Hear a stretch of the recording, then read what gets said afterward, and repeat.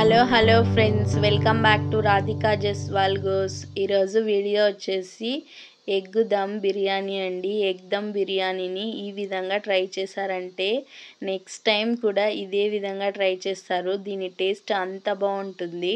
Process కూడా చాలా simple. ఇప్పుడు ఎలా తయారు చేసుకోవాలో చూసేద్దాం.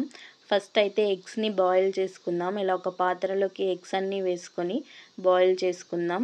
అలాగే 2 గ్లాసుల బాస్మతి రైస్ని తీసుకున్నాను. వీటిని బాగా వాష్ చేసుకొని ఒక హాఫ్ అన్ అవర్ అలా నానబెట్టేసుకుందాం. ఇప్పుడు ఒక బౌల్ తీసుకొని 1/2 కప్పు వరకు పెరుగునైతే యాడ్ చేస్తున్నాను. అలాగే 1 టేబుల్ స్పూన్ కారం పొడి, 1 టేబుల్ స్పూన్ ధనియాల పొడి, 1 table spoon garam masala, 1 table spoon chicken masala, అలాగే కొద్దిగా 1/2 టేబుల్ స్పూన్ అంతా బిర్యానీ మసాలా, కొద్దిగా పసుపు, రుచికి తగ్గట్టు సాల్ట్ని కూడా వేసుకొని ఈ మసాలాలంతా బాగా మిక్స్ చేసుకొని పక్కన పెట్టేసుకుందాం. ఇలా ముందుగానే మసాలాని ప్రిపేర్ చేసుకుంటే మనకు ఈజీ అవుతుంది ప్రాసెస్. ఇప్పుడు ఎగ్స్ అన్నీ బాయిల్ అయిపోయాయి. వీటికి పొట్టు తీసుకొని ఘాట్లు పెట్టుకుందాం. ఇలా ఘాట్లు పెట్టుకోవడం వల్ల మసాలా అంతా లోపలి వరకు వెళ్ళి ఎగ్ బాగా కుక్ అవుతుంది. తినేటప్పుడు మనకు ఉప్పు కారాలు తగులుతూ ఉంటాయన్నమాట. ఇప్పుడు స్టవ్ ఆన్ చేసుకొని ఇలా ఒక పాత్ర పెట్టుకొని 4 టేబుల్ స్పూన్ వరకు ఆయిల్ని అయితే యాడ్ చేస్తున్నాను. యాక్చువల్గా బ్రౌన్ ఆనియన్స్ మీ దగ్గర ఆల్రెడీ ఉంటే గన ఈ ప్రాసెస్ని స్కిప్ చేయొచ్చు. నేను దగ్గర బ్రౌన్ ఆనియన్స్ లేవు, సో అందుకని బ్రౌన్ ఆనియన్స్ అనేది ఇలా ఫ్రై చేసుకొని పక్కన పెట్టుకుందాం. అదే పాత్రలో ఇప్పుడు ఇంకొక 2 టేబుల్ స్పూన్ ఆయిల్ వేసుకొని బిర్యానీ మసాలా వేసుకొని అలాగే పచ్చిమిర్చి కూడా వేసుకోవాలి.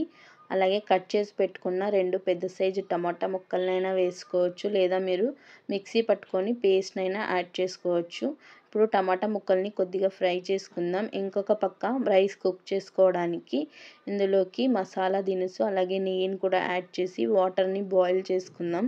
ఇప్పుడు టమాటా ముక్కలు బాగా మెత్తబడ్డాయి. ఇందులోకి 1 టేబుల్ స్పూన్ వరకు అల్లం వెల్లుల్లి పేస్ట్ని కూడా వేసి బాగా పచ్చివాసన పోయేంత వరకు వేయించుకుందాం.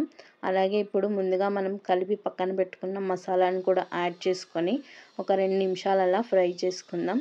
ఇందులోకి కొద్దిగా వాటర్ అయితే వేసుకొని ఆ మసాలాను కూడా వేసుకొని మరో 2 నిమిషాలు ఫ్రై చేసుకుందాం.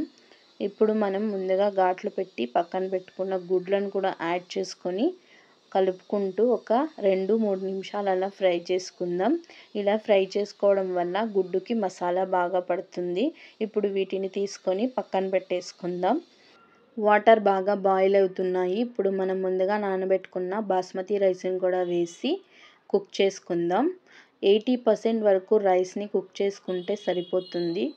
ఎందుకంటే మనం మిగతా 20% అనేది బిర్యానీ స్టీమ్ పెట్టినప్పుడు కుక్ అవుతుంది. సో 80% వరకు కుక్ చేసుకుంటే సరిపోతుంది.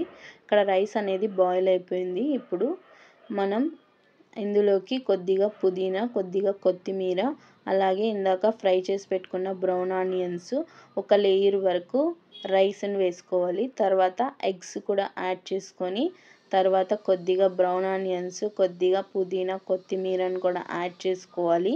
మీకు ఇష్టం ఉంటే నెయ్యిని కూడా యాడ్ చేసుకోవచ్చు. నెయ్యి ఎక్కువగా ఇష్టపడని వాళ్ళు ఉంటారు కదా, సో అందుకనే చెప్తున్నాను. ఇప్పుడు మళ్ళీ ఒక లేయర్ రైస్ అనేది వేసుకోవాలి. ఇప్పుడు ఫైనల్గా కొద్దిగా బ్రౌన్ ఆనియన్స్, కొత్తిమీర, పుదీనాను పైన చల్లుకోవాలి.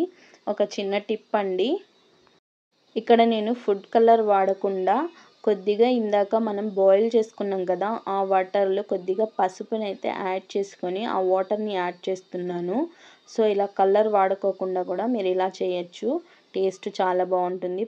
ఫైనల్గా నెయ్యి వేసుకొని ఒక 10 నిమిషాలు దమ్ము పట్టించేస్తే ఎంతో టేస్టీగా ఉండే ఎగ్ దమ్ బిర్యానీ రెడీ అయిపోయిందండి. చాలా అంటే చాలా బాగుంటుంది. తప్పకుండా ట్రై చేయండి. మీకు ఎలా కుదిరిందో కామెంట్ రూపంలో చెప్పండి. ఈ వీడియో మీకు నచ్చినట్లయితే లైక్ చేసి ఛానల్ని అయితే సబ్స్క్రైబ్ చేసుకోండి. థ్యాంక్ యూ ఫర్ వాచింగ్ అండి. ఇలాగే మీ సపోర్ట్ని నా వీడియోస్కి ఇవ్వాలని కోరుకుంటున్నాను. నెక్స్ట్ వీడియోలో కలుస్తాను. Bye bye.